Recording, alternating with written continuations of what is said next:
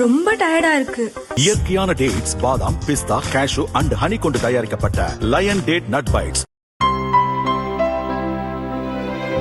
இனிமே கண்ணை மூடிட்டு கடலை எண்ணெய் வாங்கலாம்.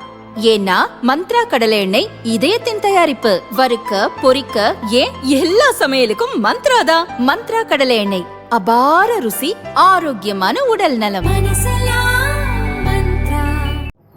வணக்கம். செய்தி சுருக்கம்.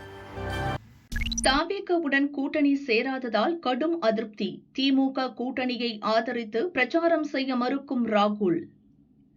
நடிகர் விஜயின் தவேகவுடன் கூட்டணி அமைக்க தமிழக காங்கிரஸ் தலைவர்கள் சிலர் விரும்பினாலும் கடைசியில் திமுக கூட்டணியிலேயே இருக்க காங்கிரஸ் தலைமை முடிவெடுத்தது.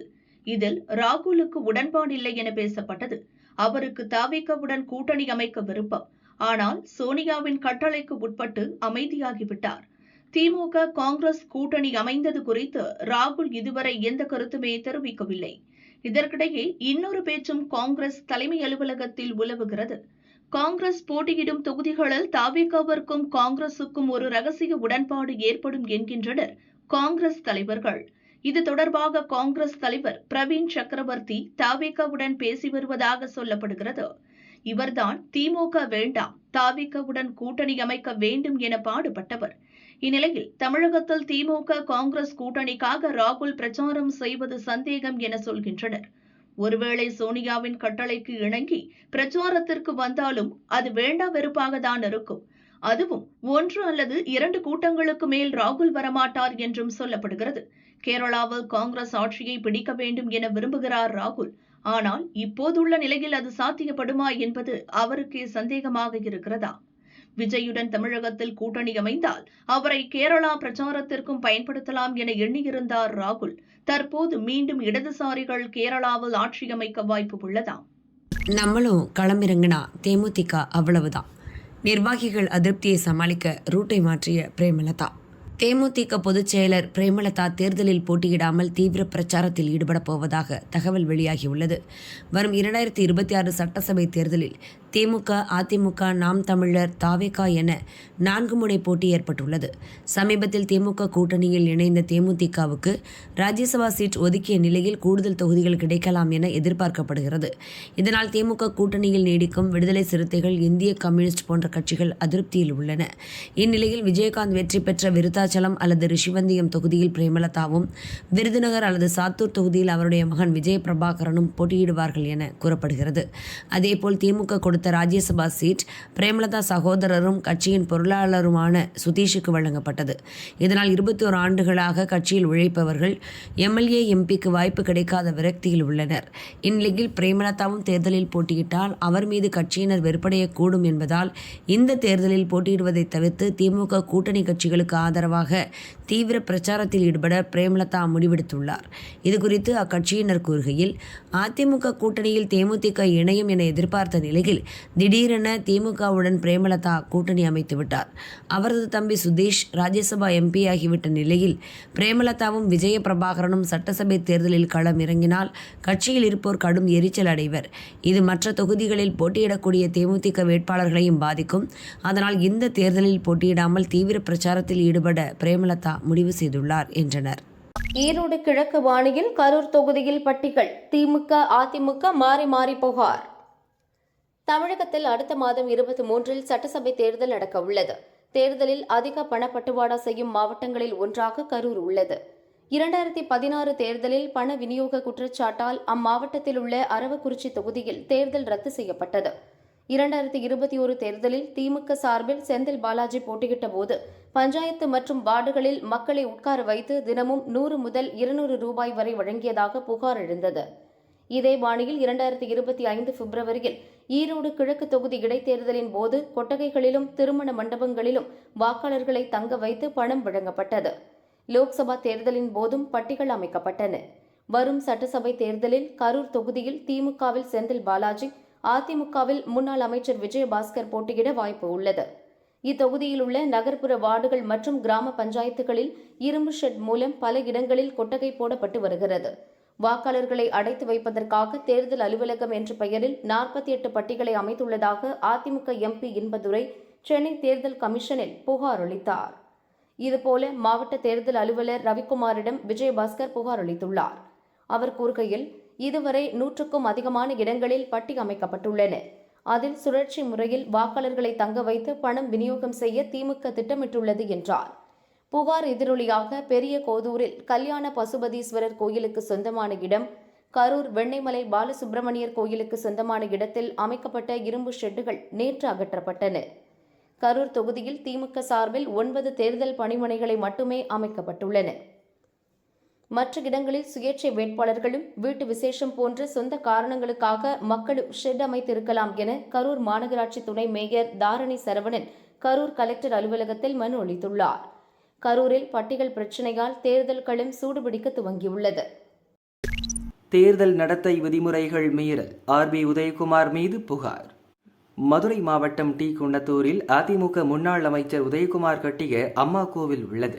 தேர்தல் நடத்தை விதிமுறைகள் அமலில் உள்ள நிலையில் கட்சியினர் தினமும் பொதுமக்களை அழைத்து கூட்டம் நடத்துவதோடு உணவும் வழங்குவதாக புகார் எழுந்தது. இதுகுறித்து திருமங்கலம் தேர்தல் நடத்தும் அலுவலர் சிவஜோதியிடம் திமுக வழக்கறிஞர் அணி அமைப்பாளர் சிவனேசன், ஐடி அணி அமைப்பாளர் ஜெயச்சந்திரன் புகார் அளித்தனர். அவர்கள் கூறும்போது, நிர்வாகிகள் கூட்டம் என்ற பெயரில் பொதுமக்கள் கட்சியினருக்கு பணப்பட்டுவாடா தினம்தோறும் நடக்கிறது. தேர்தல் முடியும் வரை அந்த இடத்திற்கு சீல் வைக்க வலியுறுத்தியுள்ளோம் என்றனர். நாகர்கோவில் பாஜ எம்எல்ஏ காந்தியை ஓரங்கட்ட முடிவு. பலம் வாய்ந்த மாஜி அமைச்சரை வீழ்த்தியவருக்கு வந்த சோதனை. நாகர்கோவில் பாஜ எம்எல்ஏ காந்தியை ஓரம் கட்டுவதற்கு கட்சியில் தீவிர முயற்சி நடக்கிறது. மீண்டும் எம்எல்ஏ சீட் பெற அவர் டில்லி சென்றும் பயனில்லை என அவருடைய ஆதரவாளர்கள் தெரிவித்தனர்.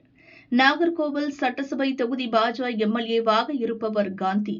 இவர் கடந்த 2021 சட்டசபை தேர்தலில் திமுக முன்னாள் அமைச்சர் சுரேஷ் ராஜனை தோற்கடித்தார். 80 வயதாகும் காந்தி வரும் சட்டசபை தேர்தலிலும் போட்டியிட ஆர்வம் காட்டுகிறார். ஆனால் வயது முதிர்வு காரணமாக அவருக்கு பதிலாக புதுமுகத்தை களமிறக்க தமிழக பாஜ தீவிரம் காட்டுகிறது. ஆனால் நான் போட்டியிட்டால் மட்டுமே நாகர்கோவில் தொகுதியில் பாஜவால் வெற்றி பெற முடியும் என்று காந்தி பிடிவாதமாக இருக்கிறார். இதுகுறித்து காந்தி ஆதரவாளர்கள் கூறியதாவது: எம்எல்ஏ காந்திக்கு பிரதமர் மோடியிடம் தனிப்பட்ட செல்வாக்கு உண்டு. டில்லியில் இருக்கும் பாஜ தலைவர்கள் பலரிடமும் நெருக்கம் உள்ளது. தனக்கு இம்முறை சீட் கொடுக்க தமிழக பாஜ தலைமை விரும்பவில்லை என்பதை அறிந்து டில்லி சென்று பாஜ தலைவர்களிடம் தன்னுடைய நிலையை வெளிப்படுத்த முயற்சித்தார். ஆனால் கட்சியின் டில்லி மேலிட தலைவர்களை அவரால் சந்திக்க முடியவில்லை. இந்த வாய்ப்பை பயன்படுத்தி நாகர்கோவில் தொகுதியை கூட்டணிக்கு தலைமை தாங்கும் அதிமுக எடுத்துக்கொள்ள முயல்கிறது என தெரிவித்தனர். நான் முதல்வரானால் பெண்களுக்கு ரூபாய் 1 லட்சம். திமுக எம்எல்ஏ பேச்சால் ஆடிப்போன கட்சி மேலிடம். என்னை முதல்வராக்கினால் மகளிருக்கு மாத உதவித் தொகையாக 1 லட்சம் ரூபாய் தருவேன் என ஆண்டிப்பட்டி திமுக எம்எல்ஏ பேசியது கட்சி தலைமையை அதிர வைத்துள்ளது.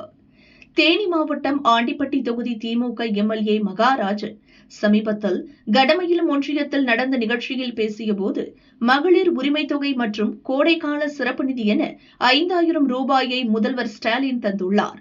அதிமுக பொதுச் செயலர் பழனிசாமியோ ஆட்சிக்கு வந்தால் கருணை தொகையாக 10,000 ரூபாய் தருவதாக சொல்கிறார். இப்போது நான் சொல்கிறேன், என்னை முதல்வராக்கினால் உங்களுக்கு 1 லட்சம் ரூபாய் தருகிறேன் என்றார். எம்எல்ஏ மகாராஜனின் இந்த பேச்சு சமூக வலைதளங்களில் வேகமாக பரவியதால் திமுகவினர் அதிர்ச்சியடைந்தனர். இதுகுறித்து கட்சி தலைமைக்கு தேனி மாவட்ட திமுகவினர் புகார் தெரிவித்துள்ளனர். திமுக நிர்வாகிகள் கூறியதாவது: தேனியில் அரசு நிகழ்ச்சியில் திமுக எம்பி தங்க தமிழ்ச்செல்வனும் எம்எல்ஏ மகாராஜனும் கலெக்டர் முன்னிலையில் ஒருமையில் பேசி சண்டையிட்டனர். இதையடுத்து மகாராஜனை கட்சி தலைமை கண்டித்தது. அதேபோல் வருசநாடு அருகே மண்ணூத்து மலை கிராமத்தில் சமுதாய கூடத்தை திறந்து வைத்து பேசுகையில், நான் எம்எல்ஏ ஆன பின்தான் இங்கு நல்ல மழை பெய்கிறது. பாலைவனமாக இருந்த பகுதி தற்போது சோலைவனமாக மாறிவிட்டது. இங்குள்ள பெண்கள் ஆண்களுக்கு இணையாக வேலை செய்து குடும்பத்தை காப்பாற்றி வருகிறீர்கள். வேலை முடிந்ததும் ஓசி பஸ்ஸில் ஏறி ஆண்டிப்பட்டி, உசிலம்பட்டி, தேனிக்கு ஜாலியாக சென்று பாருங்கள். உங்கள் கணவர் வீட்டில் உங்களுக்காக சமைத்து வைப்பார் என மகாராஜன் கூறினார். அவரது ஓசி பேச்சு சர்ச்சையானதும் அவரை சென்னைக்கு அழைத்து திமுக தலைமை கண்டித்து அனுப்பி வைத்தது. இந்நிலையில் முதல்வர் பதவியை எனக்கு தாருங்கள் என மகாராஜன் பேசியதை கேட்டு திமுக தலைமை கடும் அதிர்ச்சி அடைந்துள்ளது என கூறினர். எல்பிஜி சிலிண்டர் சப்ளை 20% அதிகரிப்பு. மொத்த பதற்றமும் இதோட முடிஞ்சது. ஈரான் போருக்கு பிறகு இந்தியா தரமான சம்பவம். ஈரானில் போர் வெடித்ததும் வளைகுடாவின் முக்கிய எரிபொருள் கடல் வழித்தடத்தில் உள்ள ஹார்முஸ் ஜலசந்தியை அந்நாடு மூடியது. இதனால் இந்தியா உட்பட பல நாடுகளில் பெட்ரோல், டீசல், கேஸ் சிலிண்டர் தட்டுப்பாடு பீதி தொற்றியது. வீட்டு உபயோக கேஸ் சிலிண்டருக்கு முன்னுரிமை கொடுப்பதற்காக ஹோட்டல்கள், உணவகங்கள், தேநீர் கடைகளுக்கு சப்ளை செய்யப்படும் வணிக பயன்பாட்டு சிலிண்டர் விநியோகம் 30% குறைக்கப்பட்டது. இதனால் பல ஹோட்டல்களை மூடும் அபாயம் நேர்ந்தது. சில கடைகளில் ஒருவேளை உணவு மட்டும் விற்பனை செய்யப்பட்டது. இதற்கிடையே மத்திய அரசு மேற்கொண்ட முயற்சியால் இப்போது உள்நாட்டில் சமையல் கேஸ் சிலிண்டர் உற்பத்தி அதிகரித்துள்ளது. எனவே வணிக பயன்பாட்டிற்கான சிலிண்டர் ஒதுக்கீட்டை கூடுதலாக 20% வரை அதிகரிக்க மத்திய அரசு ஒப்புதல் அளித்துள்ளது. இதன் மூலம் வணிக பயன்பாட்டு சிலிண்டர் விநியோகம் 50% உயர்ந்துள்ளது. ஹோட்டல், உணவகங்கள், தொழில்துறை கேண்டீன்கள், உணவு பதப்படுத்தும் நிறுவனங்கள் பயன்பெறும் வகையில் இந்த முடிவு எடுக்கப்பட்டுள்ளது. கூடுதல் ஒதுக்கீட்டை பெற விரும்பும் ஹோட்டல், உணவகங்கள் சம்பந்தப்பட்ட எண்ணெய் நிறுவனங்களிடம் முறையாக பதிவு செய்திருக்க வேண்டும். மேலும் குழாய் மூலம் எரிவாயு இணைப்பு பெறுவதற்கு கட்டாயம் விண்ணப்பித்திருக்க வேண்டும். வீட்டுபயோக சமையல் கேஸ் சிலிண்டருக்கான விநியோகத்தில் இந்த தட்டுப்பாடு ஏற்படவில்லை என மத்திய அரசு அறிவித்துள்ளது. பீதியில் கேஸ் சிலிண்டருக்கு பதிவு செய்வது மக்களிடையே குறைந்திருப்பதாகவும் தெரிவிக்கப்பட்டுள்ளது. பெட்ரோல் பங்குகளிலும் எரிபொருளுக்கு எந்த தட்டுப்பாடும் இல்லை. எனவே அவசரப்பட்டு முன்கூட்டியே எரிபொருளை வாங்கி சேமிக்க வேண்டாம் என மத்திய அரசு கேட்டுக் கொண்டுள்ளது. இதுவரை 3500 இடங்களில் நடந்த சோதனையில் 1400 சமையல் கேஸ் சிலிண்டர்கள் பறிமுதல் செய்யப்பட்டுள்ளன. இப்போது பதற்றம் தணிந்துவிட்டதென்று மத்திய அரசு கூறியுள்ளது. தேர்தல் நேரத்தில் பாஜகவுக்கு தாவும் காங்கிரஸ் முக்கிய தலைவர்கள் பிரியங்கா தலையில் இடியை இறக்கிய சம்பவம். தமிழகத்துடன் அஸ்ஸாம் சட்டசபைக்கும் தேர்தல் நடக்கிறது. தற்போது அங்கு முதல்வர் ஹிமந்த பிஸ்வ சர்மா தலைமையில் பாஜக ஆட்சி நடக்கிறது. அஸ்ஸாமில் 10 ஆண்டுகளாக பாஜக ஆட்சியில் உள்ளது. ஆட்சியை தக்க வைக்க அனைத்து முயற்சிகளையும் எடுத்து வருகிறார் முதல்வர் சர்மா. பாஜகவின் முக்கிய எதிரி காங்கிரஸ். இந்த கட்சியிலிருந்து முக்கிய தலைவர்களை பாஜக பக்கம் அழைத்து வருகிறார் முதல்வர் சர்மா. இது காங்கிரஸில் குறிப்பாக பிரியங்காவிற்கு பின்னடைவை ஏற்படுத்தியுள்ளது. அஸ்ஸாமின் காங்கிரஸ் வேட்பாளர் தேர்வு மற்றும் பிரச்சார வியூகங்களை கவனித்து வருகிறார் பிரியங்கா. எப்படியாவது காங்கிரஸை ஆட்சியில் அமர வைக்கும் குறிக்கோளுடன் இறங்கியுள்ளார். ஆனால் இவருக்கு இடிமேல் இடியாக 2 சம்பவங்கள் இறங்கியுள்ளன. அஸ்ஸாம் காங்கிரஸ் எம்பி பிரத்யுக் பொர்தோலி கட்சியிலிருந்தும் எம்பி பதவியிலிருந்தும் ராஜினாமா செய்துவிட்டார். இவர் பாஜகவில் சேர்ந்துள்ளதோடு திஸ்பூர் சட்டசபை தொகுதியிலிருந்து பாஜக வேட்பாளராக போட்டியிடுகிறாராம். இவரது மகன் பிரதீப் மார்க்ரெட்டா அத்தொகுதியின் காங்கிரஸ் வேட்பாளராக அறிவிக்கப்பட்டார். தந்தை பாஜகவில் சேர்ந்ததை அடுத்து இவர் நான் போட்டியிடப் போவதில்லை என அறிவித்துவிட்டார். இன்னொரு பக்கம் அஸ்ஸாம் காங்கிரஸ் முன்னாள் துணைத் தலைவர் திவ்யஜோதி தாலுக்தாரும் பாஜகவில் இணைந்து விட்டார். தன் தலைமையில் உள்ள மாநிலத்தில் இப்படி நடக்கிறதே என்ற ஆதங்கம் பிரியங்காவிற்கு ஏற்பட்டுள்ளது. ஆனால் ராகுலோ இதுகுறித்து கவலைப்படவில்லை. யார் யார் காங்கிரசிலிருந்து போகின்றனரோ போகட்டும், மக்கள் நம் பக்கம்தான் என்கிறாராம் அவர். எப்போதுமே தேர்தல் நேரத்தில் காங்கிரஸ் தலைவர்களை பணம் கொடுத்து தன் பக்கம் கொண்டு வருவார் அமித்ஷா. அதுதான் அவரது வழக்கம். இப்படிதான் பாஜகவினர் அனைத்து மாநிலங்களிலும் ஆட்சியை பிடிக்கின்றனர் என குற்றம் சாட்டுகின்றனர் காங்கிரஸ் தலைவர்கள். இதில் சுவாரஸ்யம் என்னவென்றால், தற்போது முதல்வராக உள்ள ஹிமந்த பிஸ்வ சர்மாவும் காங்கிரசிலிருந்து பாஜகவுக்கு வந்தவர்தான்.